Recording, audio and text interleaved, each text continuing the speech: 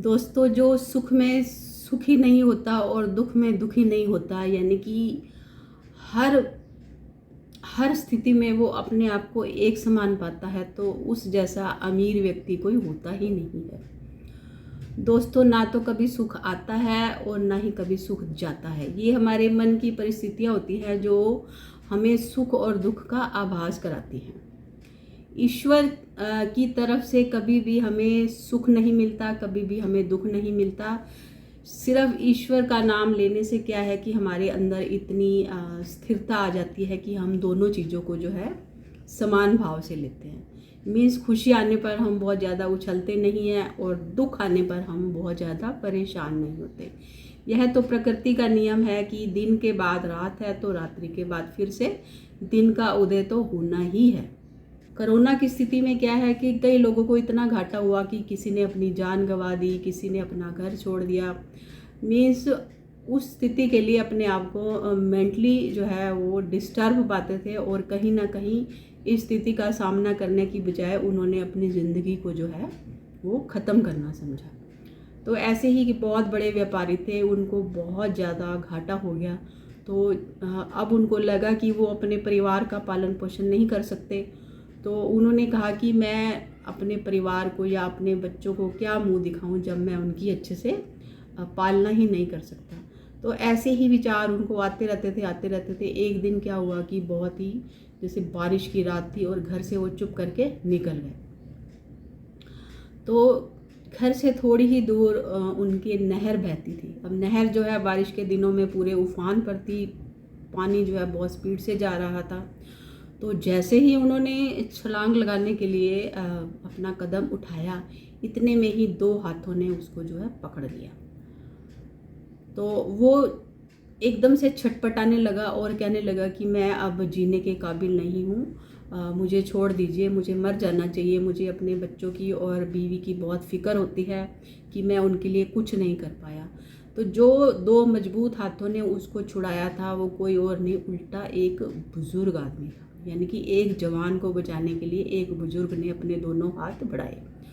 उन्होंने कहा कि क्या बात है बेटे, अगर तुम चले भी गए इस दुनिया से, तुम मर भी गए, तुमने अपनी जान भी गंवा दी, तो भी तो सोचो कि तुम्हारी पत्नी और तुम्हारे बच्चों की देखभाल कौन करेगा।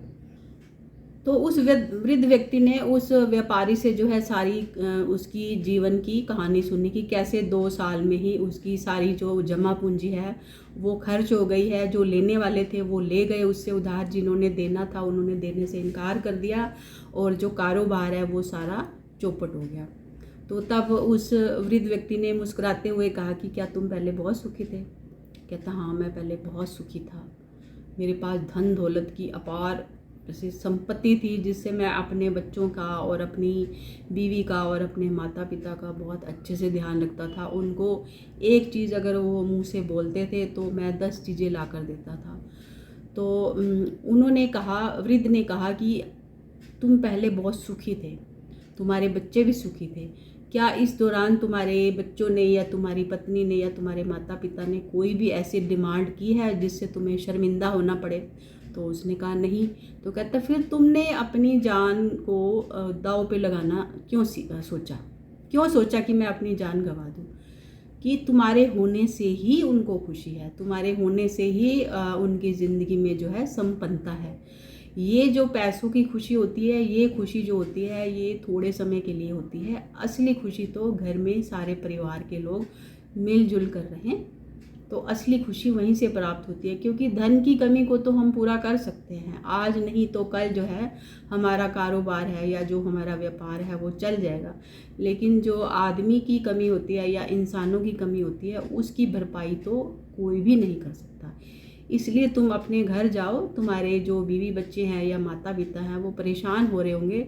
तुम घर जाओगे तो तुम्हें लगेगा कि तुम्हारे जो बच्चे हैं वो तुम्हारे पैसों का इंतज़ार नहीं करते, वो तुम्हारे बगैर यानी कि तुम्हारी गैर हाजिरी में वो परेशान हो रहे हैं, वो तुम्हें ढूंढ रहे होंगे।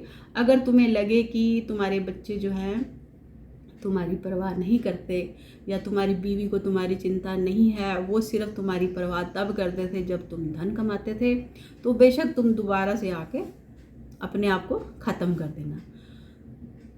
तो व्यापारी की आंखें खुल गई। उस बूढ़े आदमी ने कहा कि इस ज़िंदगी से बढ़कर कीमती कुछ भी नहीं है।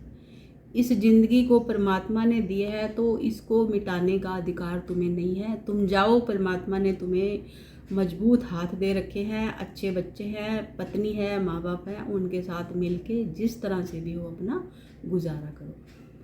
तो दोस्तों, ये कोई कहानी नहीं है, ये सच्ची घटना है और इससे हमें यही सीख मिलती है कि हमें छोटी छोटी घटनाओं से जो है घबराना नहीं चाहिए, क्योंकि परमात्मा अगर एक हाथ से लेता है तो 10 हाथों से देता है।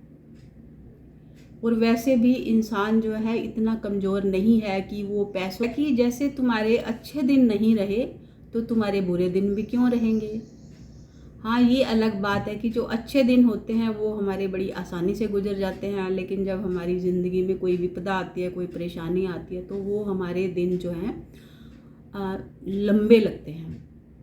बूढ़े व्यक्ति ने समझाया कि अगर संपन्न दिनों में अगर तुम्हारे पास पैसा था, उस समय अगर तुम्हारे बीवी बच्चों ने तुम्हारा साथ दिया, तो इस समय भी वो तुम्हारा साथ अवश्य देंगे।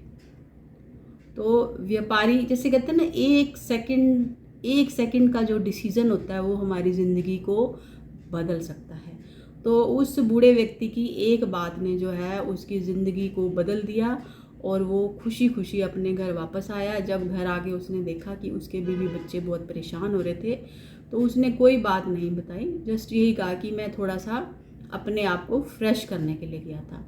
और जब बीवी बच्चों ने देखा कि उस सेठ के माथे पे कोई शिकन नहीं है, फेस पर सुकून है, तो उनको भी थोड़ा सा जैसे हिम्मत सी बंधी और वो उस व्यापारी कि पिताजी आप अकेले नहीं हो, हम सब आपके साथ हैं। तो ये जो हमारी हाथ की 5 उंगलियां हैं, अगर ये अलग अलग हैं तो इनमें इतनी ताकत नहीं होती, लेकिन जब ये मुट्ठी बन जाती है तो ये बहुत ही ज़्यादा शक्तिशाली हो जाती है।